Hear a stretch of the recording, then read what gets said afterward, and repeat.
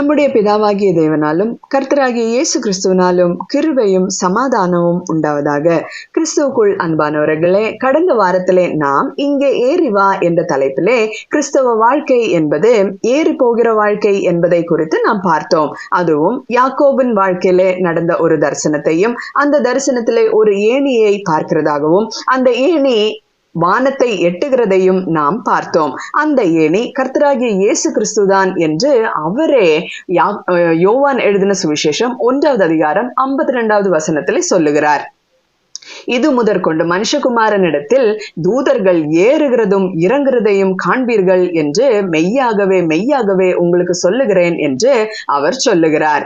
இந்த ஏணியிலே நாம் ஏறி போக வேண்டியது அவசியமாயிருக்கிறது. பரலோகத்திலே திறந்து வைத்திருக்கிற ஒரு வாசலை யோவான் காண்கிறார். அங்கே இருந்து ஒரு எக்கால சத்தம் போல ஒரு சத்தம் வருகிறது. அது என்ன சொல்லுகிறது என்றால், இங்கே ஏறி வா. கிறிஸ்தவர்களாகிய நாம் இந்த ஏறி போகிற பயணத்திலே பழைய ஏற்பாட்டின் காலத்திலே ஜனங்கள் எவ்விதமாய் இந்த காரியங்களை சந்தித்தார் என்பதையும், அது நிழலாய் இருக்கிறது என்பதை குறித்தும் நாம் பார்க்க போகிறோம். யாக்கோபை சந்தித்த தேவன் அடிமைத்தன வாழ்க்கையிலிருந்து இஸ்ரவேல் மக்களை மீட்டு கொள்ள மோசேயை தேவன் தெரிந்து கொள்ளுகிறார். அவருடைய வாழ்க்கையிலையும் ஏறி போகிற அனுபவம் எப்படி இருந்தது என்றும், அது நம்முடைய, அதாவது கிறிஸ்தவர்கள் பரலோகத்திற்கு ஏறி போகும் பயணத்திற்கு எப்படி நிழலாய் இருக்கிறது என்றும் பார்க்க போகிறோம். தேவனுடைய திட்டம் மோசேயின் மீது இருந்தபடினாலே பார்வோனுடைய கட்டளைகளுக்கு மருத்துவச்சிகள் கீழ்ப்படியாமல் குழந்தை மோசேயை காப்பாற்றினார்கள். 3 மாதம் ஒளித்து வைத்த பிற்பாடு நாணர் பெட்டியிலே மோசேயை கிடத்தி நதியோரமாய் நாணலுக்குள்ளே வைத்தார்கள். இது யார் காண்கிறார் என்று பார்க்கும் பொழுது, பார்வோனின் குமாரத்தி ஸ்நானம் பண்ண வருகையில் பிள்ளையை கண்டு இரக்கமுற்று, பாருங்கள், இந்த இரக்கம் எதனால் வந்தது தெரியுமா? தேவனுடைய திட்டம் மோசேயின் மீது இருக்கிறது. நம்மையும் அப்படிதான். நம் மீது கர்த்தருக்கு ஒரு திட்டம் இருக்குமாகில் எந்த சத்ரு எந்த விதமாய் எழும்பினாலும் சரி, அவனாலேயோ அவளாலேயோ ஒன்றும் நம்மை செய்ய முடியாது. ஏனென்றால் இவர்களுக்கு பின்னதாக இருந்து இயங்குகிறது சாத்தானாய் இருக்கிறான். ஆனால் தேவன் நம்மை குறித்து ஒரு திட்டம் வைத்திருக்கிறார் என்றால் அதுதான் நடக்கும் என்பதை நாம் உணர்ந்து கொள்ள வேண்டும்.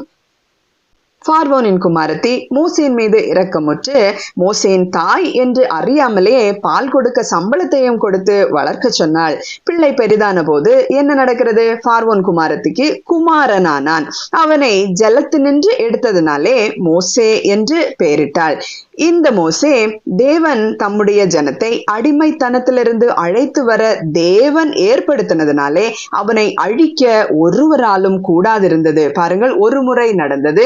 திரும்பவும் பார்வோன் மோசேயை கொல்ல வகை தேடுகிறான். அதனுடைய காரியம் என்ன என்று பார்க்கும் பொழுது, யாத்ராகம புத்தகம் 2வது அதிகாரம் 11வது வசனத்திலிருந்து, மோசே பெரியவனான காலத்தில் அவன் தன் சகோதரரிடத்தில் போய் அவர்கள் சுமை சுமக்கிறதை பார்த்து, ஏனென்றால் இஸ்ரவேல் ஜனங்கள் அடிமைத்தனத்துக்குள்ளே இருக்கிறார்கள், இங்கே அவர்கள் சுமை சுமக்கிறதை பார்த்து தன் சகோதரராகிய எபிரேயரில் ஒருவனை ஒரு எகிப்தியன் அடிக்கிறதை கண்டு அங்கும் இங்கும் பார்த்து ஒருவரும் இல்லை என்று அறிந்து எகிப்தியனை வெட்டி அவனை மணலிலே புதைத்து போட்டான். பாருங்கள், மோசேயினுடைய வாழ்க்கையில ஒரு காரியம் நடந்தது. என்ன நடக்கிறது என்று பாருங்கள்.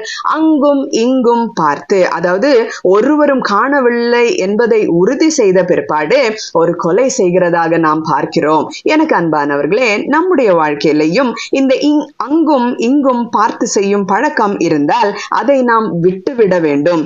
மேலே இருந்து பார்க்கிறவர் ஜீவனுள்ள தேவனாய் இருக்கிறார். அவருக்கு மறைவாக ஒன்றும் இருப்பதில்லை. அங்கும் இங்கும் பார்த்த மோசே மேலிருந்து ஒருவர் எல்லாவற்றையும் பார்த்து கொண்டிருக்கிறார் என்பதை அறிந்து கொள்ளவில்லை.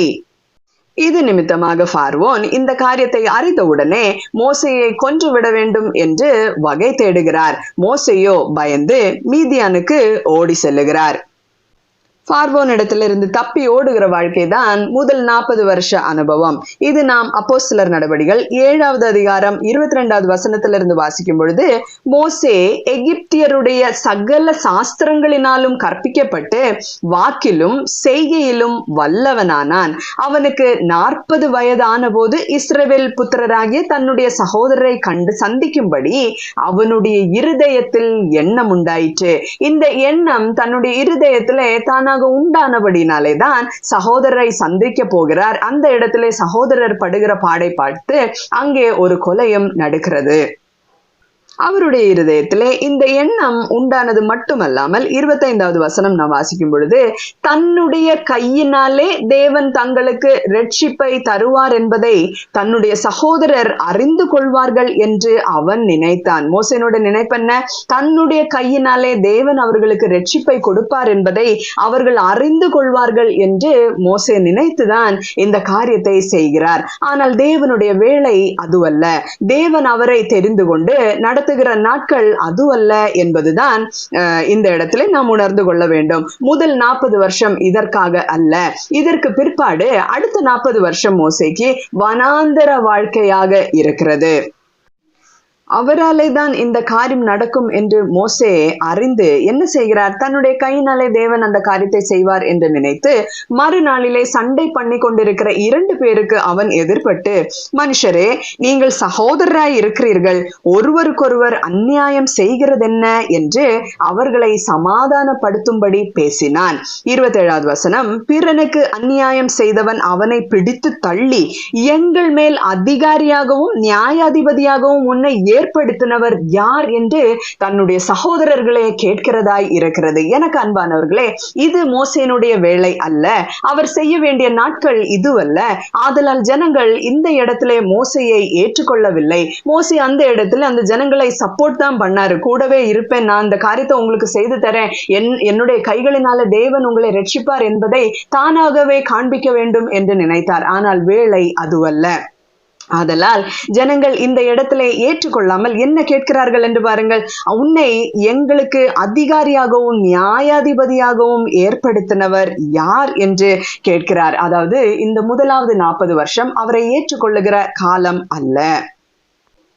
நேற்று நீ அந்த எகிப்தியனை கொன்றது போல என்னையும் கொன்று போட மனதாய் இருக்கிறாயோ என்றான். இந்த வார்த்தை நிமித்தம் மோசே ஓடிப்போய் மீதியான் தேசத்திலே சஞ்சரித்து கொண்டிருந்தான். அங்கே இருக்கும்போது அவனுக்கு 2 குமாரர்கள் பிறந்தார்கள். அடுத்த 40 வருஷம் வனாந்தர வாழ்க்கையின் வருஷம். அதிலே ஆடுகளை மேய்த்து கொண்டே போகிறார். 40 வருஷம் சென்ற பின்பு சீனாய் மலையில் வனாந்தரத்திலே கர்த்தருடைய தூதனானவர் முட்செடி எரிகிற அக்கினி ஜுவாலையிலே அவனுக்கு தரிசனமானார்.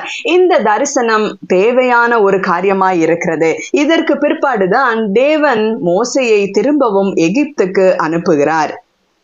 யாத்ராகமம் 3வது அதிகாரம் 1வது வசனத்திலிருந்து நாம் வாசிக்கும் பொழுது அது இன்னும் சற்று ஆழமாக அந்த இடத்துல சொல்லப்பட்டிருக்கும். மோசே மீதியான் தேசத்து ஆசாரியனாயிருந்த தன் மாமனாகிய எத்ரோவின் ஆடுகளை மேய்த்து வந்தான். அவன் ஆடுகளை வனாந்தரத்தின் பின்புறத்திலே ஓட்டி தேவ பர்வதமாகிய ஓரேபு மட்டும் வந்தான். பாருங்கள், இது பர்வதம் என்று சொல்லும் பொழுது மேல் நோக்கி இருக்கிற ஒரு காரியம், மேலான காரியமாய் இருக்கிறது. பாருங்கள், தேவ பர்வதமாகிய ஓரேபு மட்டும் வரும்பொழுது இங்கே அவர் ஒரு காட்சியை காண்கிறார். அங்கே கர்த்தருடைய தூதனானவர் ஒரு முட்செடியின் நடுவில் இருந்து உண்டான அக்கினி ஜுவாலையிலே நின்று அவனுக்கு தரிசனமானார். அப்பொழுது அவன் உற்று பார்த்தான். முட்செடி அக்கினியினால் ஜுவாலித்து எரிந்தும் அது வெந்து போகாமல் இருந்தது. அப்பொழுது மோசே, இந்த முட்செடி வெந்து போகாதிருக்கிறது என்ன? நான் கிட்ட போய் அதை இந்த அற்புத காட்சியை பார்ப்பேன் என்றான். பாருங்கள், மோசே ஒரு காரியத்தை காண்கிறார். அது எவ்விதமாய் இருக்கிறது? அற்புத காட்சியாய் இருக்கிறது. ஏனென்றால் அசாத்தியங்களை சாத்தியமாக மாற்றுகிற தேவன் தான் நம்முடைய கர்த்தர். பாருங்கள், முட்செடி அக்னியினால் ஜுவாலித்து எரிந்தும் அது வெந்து போகாமல் இருக்கும். அது எப்படி சாத்தியமாகும்? இப்ப கூட நம்ம நியூஸ்ல எல்லாம் நம்ம பார்த்தோமே, அதாவது அந்த காட்டுத்தீ பரம்பும் பொழுது அந்த பில்டிங், செடி, கொடி, மரங்கள் எதுவுமே வெந்து போகாமல் இருந்தால் அது எல்லாருக்கும் அற்புதமாக இருந்திருக்கும் இல்லையா? அது எப்படி அந்த காரியம் சாத்தியமாயிற்று என்று நாமும் யோசித்திருந்திருப்போம். அதே போல மோசேக்கு தேவன் என்ன வெளிப்படுத்துகிறார் என்றால், என்னாலே அன்றி ஒரு காரியமும் நடக்காது. நான் உன்னை அதிசயங்களினாலும் அற்புதங்களினாலும் எகிப்துக்கு அனுப்பி அங்க இருக்கிற ஜனங்களை அற்புதங்களினாலும் அடையாளங்களினாலும் அந்த இடத்திலிருந்து விடுதலை செய்து கொண்டு வருவேன் என்பதை மோசேக்கு தேவன் இந்த இடத்திலே காண்பிக்கிறார். இவ்விதமாய் மோசே அந்த தரிசனத்தை கண்டு அதிசயப்பட்டு அதை உற்று பார்க்கும்படி சமீபித்து வருகையில், நான் ஆபிரகாமின் தேவனும் ஈசாக்கின் தேவனும் யாக்கோபின் தேவனுமாகிய உன் பிதாக்களுடைய தேவனாயிருக்கிறேன் என்று கர்த்தர் திருவுளம் பற்றின சத்தம் அவனுக்கு உண்டாகிறது. பாருங்கள், தேவன் தன்னை அந்த இடத்திலே மோசேக்கு அறிமுகப்படுத்துகிறதா இருக்கிறது.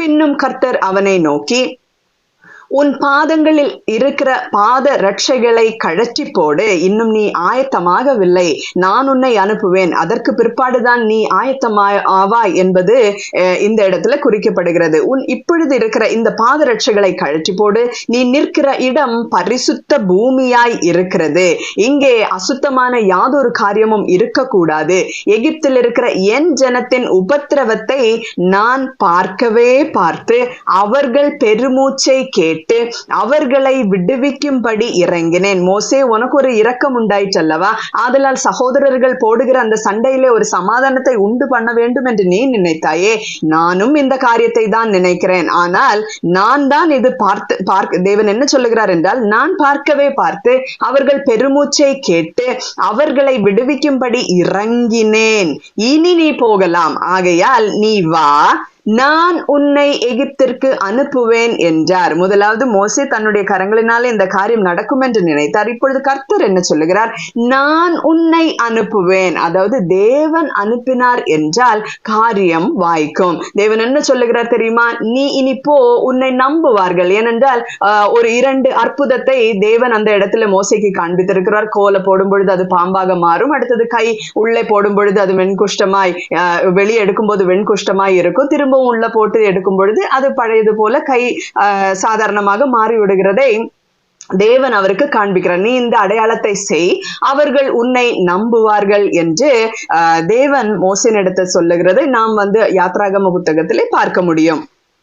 அப்போஸ்தலர் 7வது அதிகாரம் 35வது வசனத்திலே, உன்னை அதிகாரியாகவும் நியாயாதிபதியாகவும் ஏற்படுத்தினவன் யார் என்று சொல்லி அவர்கள் மறுதலித்திருந்த இந்த மோசேயை தானே தேவன் முச்செடியில் அவனுக்கு தரிசனமான தூதனாலே தலைவனாகவும் மீட்பராகவும் அனுப்பினார். பாருங்கள், முதலாவது எப்படிப்பட்ட மோசையா இருந்தார்? இங்கும் அங்கும் பார்த்து மேல இருக்கிற தேவனை பார்க்க முடியாத மோசையாக இருந்தார். இப்பொழுது எப்படி இருக்கிறாரு? தலைவனாகவும் மீட்பராகவும் தேவனே அனுப்பி விடுகிறதா இருக்கிறது. அடுத்த 40 வருஷத்திலே தேவன் அவரை உருவாக்கி தாழ்மையுள்ள மோசையா இருக்கிறார், வாக்கிலே வல்லவனா இராத மோசையா இருக்கிறார். ஏனென்றால் அவர் சொல்லுகிறார் ஒரு இடத்துல, நான் மந்தனாவும் திக்குவாயனுமாய் இருக்கிறேன் என்று மோசே சொல்லுகிறார். இந்த மோசையை தான் தேவன் திரும்ப நாயகனாக அல்லது ரட்சிக்கிறவராக அல்லது அதிகாரியாகவும் மீட்பனாகவும் திரும்ப தேவன் அந்த இடத்துக்கு மோசையை அனுப்புகிறார். இதுதான் மோசேனுடைய அழைப்பின் அனுபவம். அது ஓரேபு பர்வதத்திலே நடக்கிறது. அது முதலாவது ஏறி போகிற அனுபவம். அடுத்ததாக நாம் பார்க்கும் பொழுது இந்த அடிமத்தனை வீட்டிலிருந்து ஜனங்களை காப்பாற்றி, அதாவது பயங்கரமான அற்புதங்களினாலும் அடையாளங்களினாலும் அங்கிருந்து மீட்டு தம்முடைய பலத்த புயத்தினாலே தேவன் அங்கிருந்து விடுதலை செய்து கொண்டு வருகிறார். இந்த இடத்திலே மோசே இன்னொரு மலையின் மீது ஏறுகிறார். யாத்ராகம புத்தகம் 19வது அதிகாரம் 20வது வசனம். கர்த்தர் சீனாய் மலையில் உள்ள கொடுமுடியில் இறங்கின போது கர்த்தர் மோசேயை மலையின் கொடுமுடியிலே வரவழைத்தார். மோசே ஏறி போனான். இந்த வாட்டி எதற்காக ஏறி போகிறார் என்பதை நாம் பார்க்கும் பொழுது கர்த்தருடைய கட்டளைகளையும் பிரமாணங்களையும் வாங்கி கொள்வதற்காக மோசே ஏறி போகிறார். நம்முடைய நாட்களிலே நாமும் இந்த ஏறி போகிற அனுபவத்துக்குள்ளாக வர வேண்டும். கர்த்தராகிய இயேசு கிறிஸ்து மலை பிரசங்கம் நடத்துவதற்கு ஒரு மலையின் மீது ஏறுகிறார். அதிலே சொல்லி இருக்கிற வார்த்தைகள் எல்லாவற்றையும் சொல்லிவிட்ட பிறகு கர்த்தர் சொன்ன காரியம் என்ன? இந்த வார்த்தையின்படி புத்தியுள்ள மகனாக நல்ல இடத்திலே வீடை கட்ட வேண்டும் என்று கர்த்தர் சொல்லுகிறார். அதாவது புத்தியுள்ளவன் தன் வீட்டை கன்மலையின் மீது கட்டுகிறவனாய் இருக்கிறான், புத்தி இல்லாதவனோ மணலின் மேல் கட்டுகிறவனாய் இருக்கிறான். இந்த வார்த்தையின்படி நடந்து கொள்ளுகிறவன் கன்மலையின் மீது வீட்டை கட்டினவனை போல இருப்பான் என்று கர்த்தராகிய இயேசு கிறிஸ்து நமக்கு சொல்லுகிறதை நாம் அங்கே பார்க்க முடியும். எப்படி மோசே மேலே ஏறி போய் இந்த கட்டளைகளையும் கற்பனைகளையும் இஸ்ரவேல் ஜனத்துக்காக வாங்கி கொண்டு வந்தாரோ, அதே போலதான் கர்த்தராகிய இயேசு கிறிஸ்து மலையின் மீது ஏறி மலை பிரசங்கம் வழியாக நாம் எவ்விதமாய் நடக்க வேண்டும் என்றுள்ள பிரமாணங்களையும் கட்டளைகளையும் நமக்கு சொல்லி இருக்கிறார். பாருங்கள், 2 கட்டளையாக அது அனைத்தையும் கர்த்தர் சுருக்கி எவ்விதமாய் சொன்னார் தெரியுமா? உன் தேவனாகிய கர்த்தரை முழு இருதயத்தோடும் முழு ஆத்மாவோடும் முழு பலத்தோடும் முழு சிந்தனையோடும் அன்பு கூறுவாயாக, நீ உன்னை நேசிக்கிறது போலவே பிறனையும் நேசி என்று கர்த்தர் நமக்கு சொல்லி தந்தார். இந்த ஏறி போகிற வாழ்க்கையில நாமும் இவ்விதமாக தான் கர்த்தரிடத்திலிருந்து அநேக காரியங்களை பெற்றுக்கொள்ளுவதும் நாம் அதன்படி நடப்பதும் நாம் நடந்ததும் அல்லாமல் பிறனை அந்த வழியிலே நடத்த வேண்டும் என்பதும் தான் இந்த காரியத்தின் மூலமாக நமக்கு புரிகிறது. அடுத்ததாக மோசேக்கு இன்னும் ஏறி போகிற இன்னொரு அனுபவம் இருக்கிறது. அது எப்படி இருக்கிறது என்றால், யாத்ராகமம் 24வது அதிகாரம் 12வது வசனம். அப்பொழுது கர்த்தர் மோசேயை நோக்கி, நீ மலையின் மீது என்னிடத்திற்கு ஏறி வந்து அங்கே இரு, நான் உனக்கு கற்பலகைகளையும் நீ அவர்களுக்கு உபதேசிப்பதற்கு நான் எழுதின நியாயப்பிரமாணத்தையும் கற்பனைகளையும் கொடுப்பேன் என்றார். 15வது வசனத்திலே, மோசே மலையின் மேல் ஏறின போது ஒரு மேகம் மலையை மூடிற்று. கர்த்தருடைய மகிமை சீனாய் மலையின் மேல் தங்கி இருந்தது. மேகம் 6 நாள் அதை மூடி இருந்தது. 7ஆம் நாளில் அவர் மேகத்தின் நடுவிலிருந்து மோசேயை கூப்பிட்டார். மலையின் கொடுமுடியிலே கர்த்தருடைய மகிமையின் காட்சி இஸ்ரவேல் புத்திரருடைய கண்களுக்கு பட்சிக்கிற அக்கினியை போல் இருந்தது. மோசே மேகத்தின் நடுவிலே பிரவேசித்து மலையின் மேல் ஏறி இரவும் பகலும் 40 நாள் மலையில் இருந்தான். மோசே மலையின் மீது ஏறி தேவனோடு கூட 40 நாள் தங்கி இருக்கிறான். இந்த அனுபவமும் நமக்கு தேவையாக இருக்கிறது. தேவனோடு கூட இந்த உலகத்திலே நாம் வாழும் பொழுதே அவருடைய வார்த்தைகளை நாம் கேட்டு அவர் காண்பிக்கிற யாவும் நாம் காண வேண்டும். பாருங்கள், மோசே மேலே ஏறி ஒரு காரியத்தை கண்டிருக்கிறார். என்ன என்று பாருங்கள். 25வது அதிகாரம் 9வது வசனத்திலே, நான் உனக்கு காண்பிக்கும் வாசஸ்தலத்தின் மாதிரியின் படியும் அதனுடைய எல்லா தட்டு முட்டுகளின் மாதிரியின் படி அதை செய்வீர்களாக. பாருங்கள், மோசேக்கு அங்க ஒரு காட்சியை கர்த்தர் மலையின் மீது காண்பிக்கிறார். அது என்ன?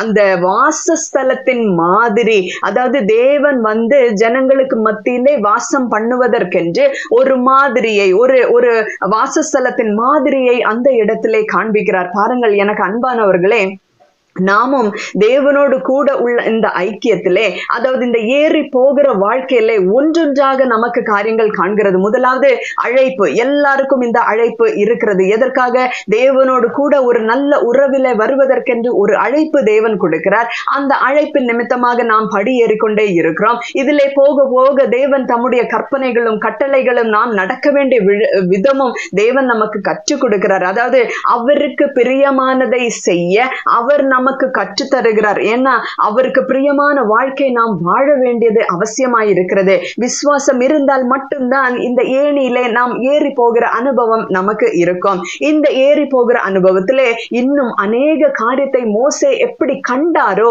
அதே போல நாமும் காண்கிறவர்களாய் மாறிவிடுவோம். தேவனை காண்கிறவர்களாக, தேவனுடைய காரியங்களை கேட்கிறவர்களாக, அவருடைய சத்தத்தை நம்ம கேட்டு அவரை நம்ம கண்டு அந்த வழியிலே நாம் செம்மையாய் நடப்போமே ஆகில் ஒரு நாள் எப்படி வாசஸ்தலத்தின் மாதிரி தேவன் மோசேக்கு காண்பித்தாரோ அதே போல தேவனுடைய வாசஸ்தலமாகிய பரலோகத்திற்கு நாம் போய் சேர முடியும். கர்த்தராகிய இயேசு கிறிஸ்து ஏறி போகும் பொழுது என்ன சொல்லுகிறார்?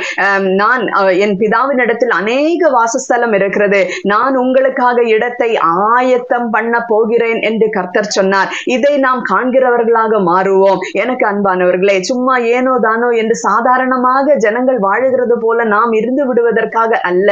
நம்மை குறித்து சொன்னது நீங்க வெளிச்சம் உள்ளவர்கள் என்று கர்த்தர் சொல்லுகிறார். எப்படி நம்ம வெளிச்சம் வீச முடியும்? நம்முடைய வாழ்க்கையில நடக்கிற இந்த அனுபவங்களினாலே, நமக்குள்ளே வருகிற இந்த மாற்றங்களினாலே இவர்கள் எப்படி மாறினார்கள்? பழையபடி வேற மாதிரி இல்ல இருந்தாங்க, கேவலமான வாழ்க்கை தானே வாழ்ந்து கொண்டு இருந்தாங்க, எல்லா அடிமத்தனத்துக்குள்ளே இருந்தாங்களே, ஆனா இப்ப எப்படி இவங்க இப்படி மாறினாங்கன்றது நம்முடைய வாழ்க்கை நிமித்தமாக அவர்கள் கண்டுகொள்ள வேண்டும், புரிந்து கொள்ள வேண்டும். அது நிமித்தமாக தேவனோடு கூட சேர வேண்டும் என்பதுதான். எனக்கு அன்பானவர்களே, நாம் காண வேண்டும், நாம் அவரிடத்திலிருந்து கேட்க வேண்டும். இந்த ஏறி போகிற அனுபவம் அதுதான். ஒரு படியாக நாம் ஏறும் பொழுதும் கர்த்தர் நமக்கு அநேக காரியங்களை காண்பிக்கிறவராய் இருக்கிறார்.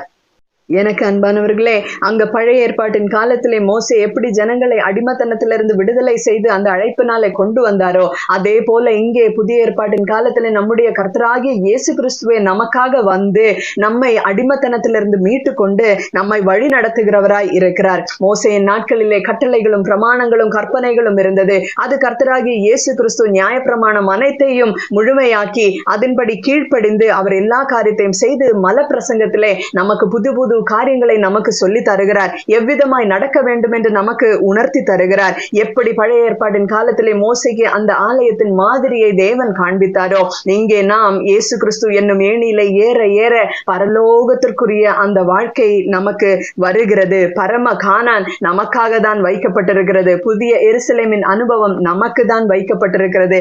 எல்லாம் கர்த்தர் நமக்காக புதிதாக்கி இருக்கிறார். எனக்கு அன்பானவர்களே, இந்த ஏறி போகிற அனுபவத்திலே நாம் கண்டிப்பாக ஏறி போக வேண்டும். இது கிறிஸ்தவர்களுக்கென்றே வைக்கப்பட்டிருக்கிற ஒரு ஏணியாக இருக்கிறது. நாம் வெளிச்சமாய் இருப்போமே ஆகில் அநேகரை இந்த வெளிச்சத்துக்கு நேராக கொண்டு வர கர்த்தர் தாம் நம்மை அனுப்ப வேண்டும் என்று தேவனிடத்தில் கேட்டுக்கொள்ளுகிறேன்.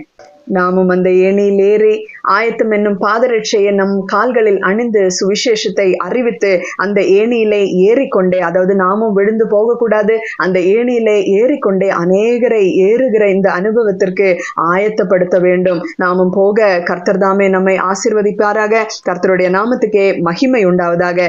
எனக்கு அன்பானவர்களே, இந்த பிரசங்கத்தின் மூலமாக வேறொன்றும் புரிய வைக்க விரும்பவில்லை. நம்முடைய கிறிஸ்தவ வாழ்க்கை என்பது ஏறி போகிற அனுபவமாக தான் இருக்கிறது. நாம் ஏறி போகிற இந்த அனுபவத்தை நாம் பெற்றுக்கொள்ள வேண்டும். தேவனிடத்தில் கேளுங்கள், அவர் தருவார். அவர் நம்மோடு பேசுகிற தேவனாய் இருக்கிறார். அதற்கு நான் சாட்சியாக இருக்கிறேன். நான் அவருடைய சத்தத்தை கேட்கிறேன் என்பது நான் உங்களுக்கு சாட்சியாக அறிவிக்கிறேன். நானே கேட்பேன் என்றால் உங்க அனைவருக்கும் கண்டிப்பாக கேட்க முடியும் என்பதுதான். அநேகர் தேவன் மீது அந்த வாஞ்சை இருக்குமானால், தேவன் மீது அந்த தாகம் இருக்குமானால் கண்டிப்பாக அவருடைய சத்தத்தை நாம் கேட்போம். அவர் ஜீவனுள்ள தேவனாய் இருக்கிறார். இதை நாம் கிறிஸ்தவர்களாகிய நாம் அறிந்து கொள்ள வேண்டும். எனக்கு அன்பானவர்களே, அப்பா, உலகத்துக்கு பின்னதாக நாம் ஓடி போகிற அந்த ஒரு வாழ்க்கை அல்ல. எனக்கு அன்பானவர்களே, அதெல்லாம் பொல்லாங்கனுக்குள்ள கிடக்கிறது, பொல்லாங்கனுக்குள்ள சிக்கி கொண்டு இருக்கிறது. அந்த வாழ்க்கைக்கு நேராக நாம் போய்விடக் கூடாது என்பதனாலதான் இந்த பிரசங்கத்தையே கர்த்தர் கொடுத்திருக்கிறார். எனக்கு அன்பானவர்களே, தயவு செய்து கர்த்தருடைய வார்த்தைகளை வாசியுங்கள். அதனுடைய ஆழங்கள் புரிந்து கொள்ள அவரிடத்திலே உதவி கேளுங்கள். மனிதர்களால் இது உங்களுக்கு புரிய வைக்க முடியாது. தேவனாலே எல்லாம் சாத்தியம். கர்த்தர் சொன்னார் இல்லையா மோசேயின் இடத்துல, நான் உன்னை அனுப்புகிறேன், நீ போ என்று. கர்த்தர் நம்மை அனுப்புவார். கர்த்தர் நமக்கு காரியத்தை சொல்லி தருவார். அப்பொழுது நாம் போகும் பொழுது எல்லா காரியமும் செம்மையாய் நடக்கும். எனக்கு அன்பானவர்களே, தேவன் இவ்விதமாய் நம்மை ஒவ்வொரு பேரையும் ஆசீர்வதிக்க வேண்டும் என்று தேவனிடத்திலே கேட்டுக்கொள்ளுகிறேன். கர்த்தர் தாமே நம்மை ஆசீர்வதிப்பாராக. நாமும் ஆயத்தமாவோம். இந்த ஏணியிலே ஏறி போய்கொண்டே இருப்போம். கர்த்தர் நம்மை ஆசீர்வதிப்பார். ஆமென். அல்லேலூயா. ஜெபிப்போமா.